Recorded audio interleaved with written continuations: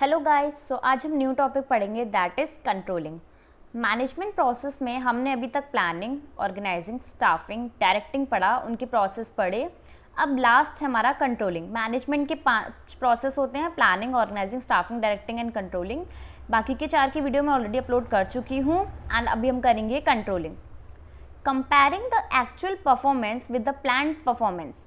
अच्छा, अगर normal terms में देखें तो कंट्रोलिंग क्या होता है? किसी को कंट्रोल करना, रोक लगाना। रोक कैसे लगाओगे? आपको पता लग गया कि कोई चीज़ सही नहीं हो रही है, ठीक है, गलत हो रही है, तो उस पर रोक लगाओगे, उसे कंट्रोल करोगे। अब हमें ऑर्गेनाइजेशन में परफॉर्मेंस को कंट्रोल करना होता है। वो परफॉर्मेंस पहले मेजर करनी पड़ेगी कि कितनी कमी आई है, कितना। तो परफॉर्मेंस मेजर कैसे होगी? आपने पहले कुछ सेट किया होगा कि हाँ ये मेरा टारगेट है और आपका कुछ रिजल्ट आया होगा। आप टारगेट और रिजल्ट को कंपेयर करोगे और फिर आप देखोगे कि भैया कमी आई है, तो आप उस हिसाब से कंट्रोल करोगे, ठीक है।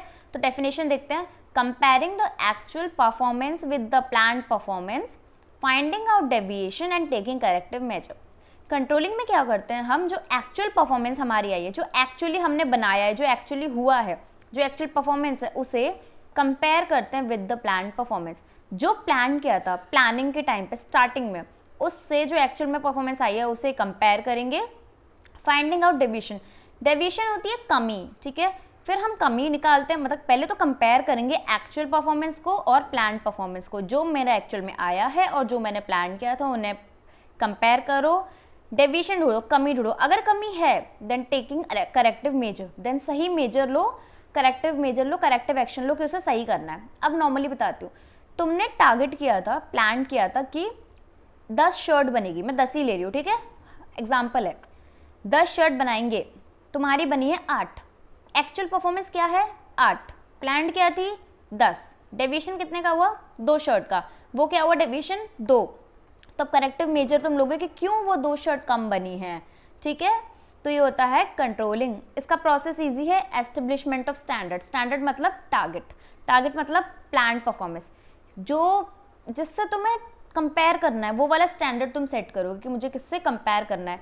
देखो, कंपैरिजन करने के लिए हमेशा एक बेसिस होना चाहिए। तो सबसे पहले तुम बेसिस निकालोगे कि इस चीज़ से कंपेयर करना है, रिजल्ट को ये चीज़ होनी चाहिए। जैसे अगर आप पढ़ाई करो, आप सोच रहे हो 90+ मार्क्स आने हैं, आई 80, तो आप कहोगे यार 10% कम रह गया या 10 मार्क्स कम रह गए। तो क्या था आपका स्टैंडर्ड? क्या था आपका स्टैंडर्ड? था कि 90% वाला स्टैंडर्ड आपने रखा था। तो सबसे पहले स्टैंडर्ड सेट करते हैं, मेजरिंग परफॉर्मेंस। फिर परफॉर्मेंस मेजर करते हैं कि 90 सेट किया था, आई कितने 85 या आई कितने 80, वो आपकी परफॉर्मेंस होगी। Compare actual and plan performance.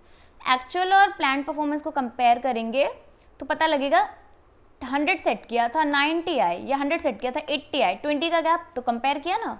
तो कंपेयर करेंगे दोनों को। फाइंडिंग आउट डेविएशन, अब कमी देखेंगे कितने की आई? 20 की। या कितने की आई? 10 की। शर्ट वाला एग्जाम्पल है तो 10 में से 8 शर्ट बनी थी तो 2 की कमी है, तो डेविएशन कितने की हुई? 2 की। अब क्या करेंगे? Taking corrective action. अब चेक करेंगे कि क्या हुआ था कि 10 शर्ट नहीं बन पाई, 2 बन पाई। क्या हुआ जो मेरे 10 मार्क्स कम रह गए? शायद मैंने कम पढ़ा, शायद मैं बीमार हो गया, हो गई, या कुछ भी हो सकता है ना। तो अब देखेंगे कि 10 मार्क्स टीचर्स ने काट लिए, तो वो 10 मार्क्स क्यों नहीं आए। तो उसके लिए हम करेक्टिव एक्शन लेंगे कि भाई अगली बार ये चीज़ अगर कमी थी, ये चीज़ में टीचर ने काटे हैं, ये चीज़ की वजह से कम मार्क्स आए हैं, तो अगली बार ये चीज़ ना हो। यही होता है कंट्रोलिंग, ठीक है। अभी मैनेजमेंट प्रोसेस टॉपिक हमारा खत्म हो गया है, उसके सारे प्रोसेस मैंने आपको बता दिए हैं। कोई भी डाउट हो, क्वेरी हो, कमेंट सेक्शन में लिख देना। Thank you so much, have a nice day.